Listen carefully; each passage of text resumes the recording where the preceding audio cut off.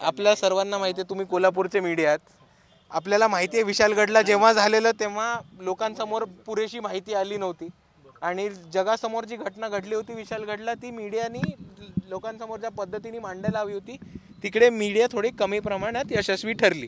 म्हणून मी परत एकदा मीडियाला माध्यमांना सगळ्यांना विनंती करतो की आपण सर्व लोकशाहीचा चौथा खांब आहात.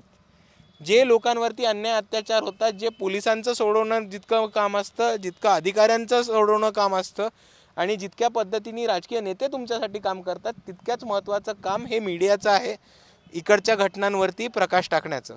आणि म्हणून मी तुम्हाला विनंती करतो की विशालगडच्या सगळ्या लोकांना तुमच्या कॅमेराच्या माध्यमातून आपण विशालगडला आपली मीडिया घेऊन जाऊन न्याय द्यावा.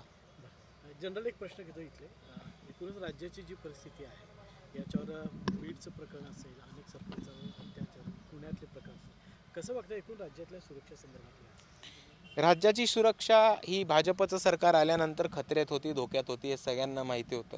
भाजपची सरकार येणं कधीही कुठल्याही राज्यासाठी एक धोक्याची घंटा आहे आणि ती धोक्याची घंटा आता मोठ्याने महाराष्ट्रात वाजायला लागली.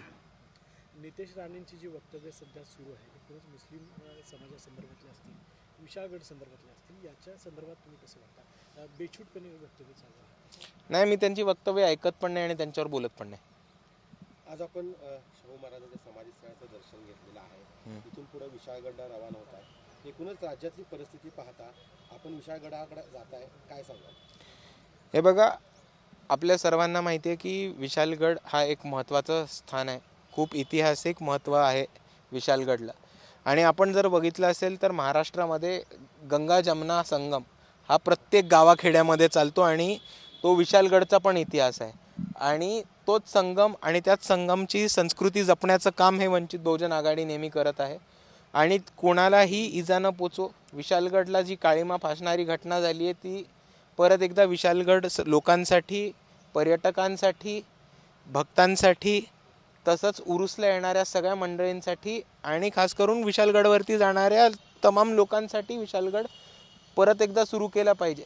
विशालगडच्या अवतीभोवती जितके लोक विशालगडच्या परिसरामध्ये स्वतःचं पोट भरू इच्छितात, म्हणजे ते झुणका भाकर विकणारे असो, पिठलं भाकरी विकणारे असो, ताक, मठ्ठा, लिंबू सरबत, वडापाव विकणारी लोक असो, तिकडे वर जाणाऱ्या लोकांना सेफ्टी फर्स्ट एडचं काम देणारं असो, कोणाला इजा झाली तर मलमपट्टी करणारी लोक असो, किंवा छत्रपती शिवाजी महाराजांचा इतिहास सांगणारे सगळे साहित्यकार, टुरिस्ट गाईड, हिस्टॉरियन्स, इतिहासकार हे सगळे असो, ही सगळी लोक छत्रपती शिवाजी महाराजांचे मावळे आहेत.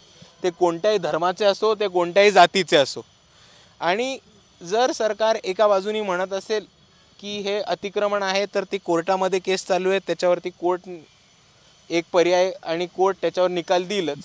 पण माझी सरकारला ही मागणी आहे की हे छत्रपती शिवाजी महाराजांचे मावळे जे गड किल्ले वाचवायचं काम करतात, तुम्ही अतिक्रमण म्हणून जर ह्यांना हक्कलपट्टी करणार असाल तर ह्या लोक जे छत्रपती शिवाजी महाराजांच्या गड किल्ल्यांची देखभाल करून स्वतःचं पोटपाण्याचं काम करतात, त्यांच्या उत्पन्नासाठी तुम्ही काय वेगळं केलेलं आहे हे सरकारने सांगावं. फक्त राज्यामध्ये आता लोकसभा विधानसभा झालेली आहे, आता सार्वजनिक निवडणुका ज्या आहेत, महापालिका असतील, जिल्हा परिषद येऊ होते, वंचितची कशा पद्धतीची तयारी चालू आहे, काय सध्या? वंचितची जोरदार तयारी चालू आहे आणि तुम्हाला येत्या निवडणुकीमध्ये ते दिसेलच.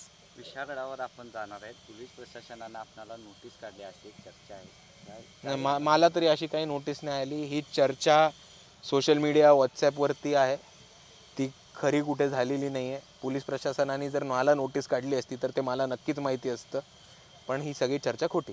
पोलिसांनी आपल्याला काही फोनवरून विनंती केलेली आहे? नाही, काय सध्या मला पोलिसांकडनं किंवा कोणताही फोन आले नाही आहे. आमचे सहकारी हे पोलिसांच्या संपर्कामध्ये होते आणि पोलिसांनी आजच्या कार्यक्रमाला गो अहेड दिलेला आहे. येत्या निवडणुकीच्या संदर्भात आणि पुढे भविष्यामध्ये सुद्धा आता तुम्ही तर धुरा सांभाळलेली आहे, नवीन चेहऱ्यांसंदर्भात वंचितमध्ये काय राज्यामध्ये बांधणी चालू आहे, कशा पद्धतीने? हे बघा, वंचित बहुजन आघाडी स्थापनच याच्यासाठी दिलं आहे की आजकाल नवीन चेहऱ्यांना, सर्वसामान्य कुटुंबातनं येणाऱ्या, कष्टकरी कुटुंबातनं येणाऱ्या, वंचित कुटुंबातनं येणाऱ्या, वंचित घटकातनं येणाऱ्या लोकांना निवडणुकीमध्ये किंवा राजकारणामध्ये स्थान नसतं.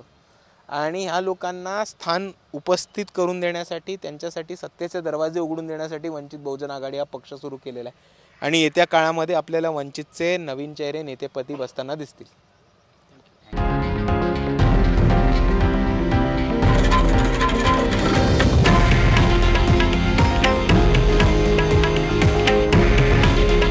हे आहे देशातील नंबर 1 न्यूज नेटवर्क आणि आपण पाहत आहात TV9 मराठी. काळजी तुमची, हित महाराष्ट्राचं.